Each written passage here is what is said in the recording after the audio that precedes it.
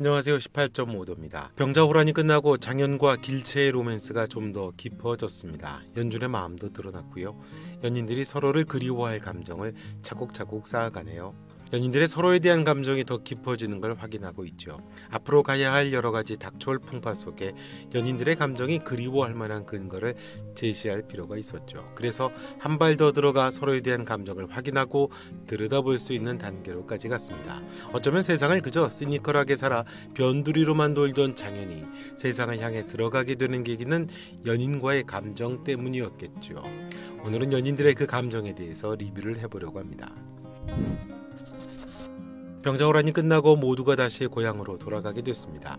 호란 중에 은혜의 아버지가 죽고 길채의 아버지는 정신을 놓아버렸죠. 왕을 지키기 위해 왔던 연준은 조정으로부터 벼슬을 받게 됐고 17대 1로 싸워 원손을 지켜냈던 장현의 공은 다른 무관에게 돌아갔습니다. 안타깝게도 장현은 17대 1의 싸움에서 큰 부상을 당했죠. 그리고 다시 어릴 때 기억, 트라우마로 고통스러워할 때 길채가 장현을 부르고 그 아픈 기억으로부터 벗어나게 해줍니다. 장현에게 길채는 구원자라고 했던 이전의 영상처럼 장현이 그토록 길채가 마음 깊이 들어와 있는 건 어릴 적 트라우마로 아파하는 장현에게 길채의 적극적인 모습이 회복이 될 수 있었던 거죠. 꿈에 장현은 고백을 하죠. 낭자가 웃는 모습을 보면 분꽃이 피는 소리가 들린다고. 어둡고 상처뿐인 장현에게 길채는 꽃이 피는 소리여서 그렇게 길채만 생각하면 가슴이 뛰었던 것 같네요. 아무튼 17대 1의 오랑캐 싸움에서 길채가 부상당한 장현을 발견하지 못했고 장현이 자신을 지키기 위해 달려왔다는 사실을 모르게 됩니다. 세 사람의 서로에 대한 감정을 확인하고 깊어지면서 다음 파트로 넘어갈 이야기가 준비돼 가고 있죠. 전란으로 인해 아버지까지 잃게 된 은혜를 책임지려는 연준은 책임감의 은혜와 혼인을 결심합니다. 그런데 연준이 처음으로 길채에게 자신의 마음을 드러냈죠. 드라마상으로 길채는 많은 사람들의 마음을 사던 여인이었습니다. 유일하게 자신에게 흔들리지 않는 사람이 연준이었고 그런 한결같은 연준에게 길채가 마음을 줍니다. 길채가 좋아하는 사람은 지고지순한 사람이었는데 연준이 그래 보이죠. 연준도 길채에게 마음이 있었죠. 하지만 연준은 피했습니다. 장난감이 될까 봐서였어요. 실증이 나서 버려질까 봐서라고 했습니다. 인기가 많고 자유로운 길채가 자신에게도 실증이 나서 버릴 수 있다는 두려움이 있었던 듯하죠. 자신감이 없어서였는지 안전한 여자 은혜를 택했던 것 같습니다. 그런데 그런 길채를 연준이 흔들었죠. 하필 그게 벼슬에 나가기 전에는 없었는데 벼슬에 나가고 나서 뜬금없이 길채에게 마음을 드러내네요. 사랑은 참 이기적이죠. 상대에 대한 배려보다 때로는 자신의 감정을 배설해버린 채 그 고민과 결정을 상대에게 던져버립니다. 참 비겁하죠. 재미있는 건 길채도 똑같습니다. 길채도 장현에게 마음이 있었죠.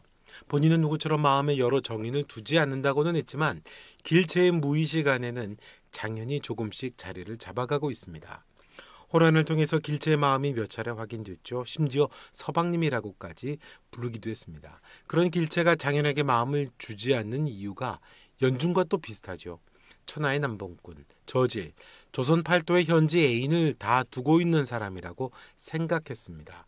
그런 남봉꾼은 언젠가 실증이 나면 자신을 버리고 다른 여인에게 또 갈 수 있기 때문이죠. 그래서 마음을 줄 것 같다가도 마음을 접습니다. 길채가 바라는 남자는 지고지순한 그런 남자였으니까요. 그렇게 길채의 마음을 흔들어버리는 연준을 장현이 보게 됩니다. 장현이 무섭게 분노하죠. 당신 같은 사람을 아주 잘한다고 합니다. 은혜의 서방이 아니면 목을 부러뜨리고 싶다고 하죠. 이건 연인에 대한 애착이기도 하겠습니다만 아버지에 대해 갖는 장현의 감정도 있는 것 같죠. 연준은 비겁했죠. 은혜의 남자이면서 길채를 좋아하는 마음도 갖고 있었습니다. 좋아하는 마음이야 있을 수 있겠죠. 그런데 그걸 굳이 자신을 좋아하는 길채에게 툭 던져버립니다. 자기를 향한 마음을 알면서 자신의 감정을 배설해버려요. 수습해야 하고 정리해야 하는 몫은 길채의 몫입니다. 장현이 그런 말을 하죠. 딴에는 큰일을 하네 돌아다니지만 기실 여인들이 움직이지 못하면 제 주변 하나 깔끔하게 정리하지 못하거든. 은혜 낭자의 서방감만 아니면 그 목을 분질러 버리고 싶었다고 합니다.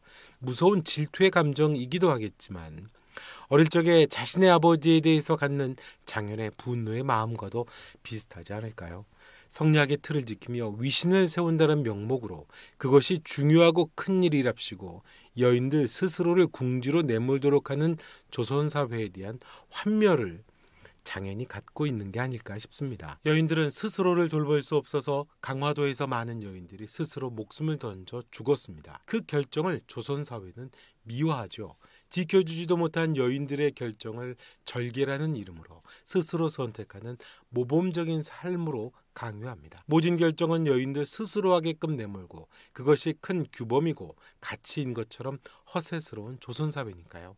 어머니라는 여인에 대해 지아비로서 비겁하고 무책임하게 희생을 죽음을 강요했던 아버지에 대한 분노와 맥을 같이 하는 것 같습니다. 그래서 더 길체에게 집착하는 게 아닐까요? 조선사회 여인의 삶이라는 화두는 규범과 정절로 내버려지고 강요되는 사회죠. 그런 사회를 만드는 남성들의 논리 안에는 대의를 말하면서도 실제적이지 못하고 비겁하고 위선적이라고 장현이 보고 있습니다. 그래서 위선적인 연준의 목을 부러뜨려 버리고 싶었던 게 아닐까요? 아버지에 대한 분노가 느껴졌습니다. 그 일을 목격하고 소현세자를 모시고 청으로 가기로 하죠. 아마도 도피가 아니었을까요? 그래도 포기하지 않고 길체에게 자신의 마음을 고백합니다. 비혼을 포기하고 혼인이라는 것도 할 수 있다고 우회적으로 길체에게 마음을 전달하기는 합니다. 그러다가 입맞춤까지도 하게 되죠. 길체가 꿈에서도 해보려다 실패한 입맞춤을 현실에서 장현과 이루게 됩니다. 길체는 장현에게 빨간 댕기도 줬고 그걸 장현은 가슴에 고이 간직하겠다고 합니다. 인연을 상징하는 빨간 실은 길체가 꿈에 쫓던 실타래였죠. 그게 빨간 댕기로 장현의 가슴에 품어지게 됩니다. 어느 정도 자신에게 마음 있는 길체를 확인한 장현에게 청은 도피처가 아닌 이제 다른 의미로 다가오는 계기가 될 것 같습니다. 물론 연인의 사랑은 여전히 알 수 없이 흔들리는 불안함이죠. 길체와 연준 사이에 어떤 또 스토리가 있지 않을까 싶은데요. 여인은 무언가 자신을 감추고 숨겨야 되는 그런 시대입니다. 화장으로 옷매무새로 자신을 숨겨야 되는 시대고 여자가 지켜야 하는 정절과 마땅히 품어야 하는 생각 이상의 것은 허용되지 않던 시대입니다. 길체도 마찬가지죠. 그런데 누에고치처럼 그 규범과 생각에 갇혀 있던 길체가 입맞춤으로 자신의 진짜 연인에게 조금씩 나오게 되는 것 같습니다. 소현세자를 모시고 청으로 가기로 결심한 건 연인의 마음을 확인하고 아파서 떠나기로 했던 거였는데 결정적일 때 연인의 마음을 확인하는 반전이 됐죠. 물론 연준의 배설로 인해 여전히 길체의 마음을 갖지는 못할 것 같습니다. 아무튼 도피처로 가려던 청은 장현에게 다른 목적지가 될 것 같죠. 희망이 될 것 같습니다. 조선의 미래에 한 줄기 희망이 될 것 같은 리더 소현세자를 보면서 자신과 연인이 살아갈 변화된 조선, 새로운 세상을 꿈꾸는 이유가 장현에게 생기겠죠. 하지만 남겨진 연인을 지켜줄 수 없는 먼 곳으로 가버린 장현과 홀로 남겨진 길체에게는 추운 겨울이 본격적으로 다가오지 않을까 싶습니다. 오늘 영상은 여기까지 하겠습니다. 영상 보시고 좋아요, 구독, 알림 설정까지 부탁드리겠습니다. 지금까지 18.5도였습니다. 또 뵙겠습니다.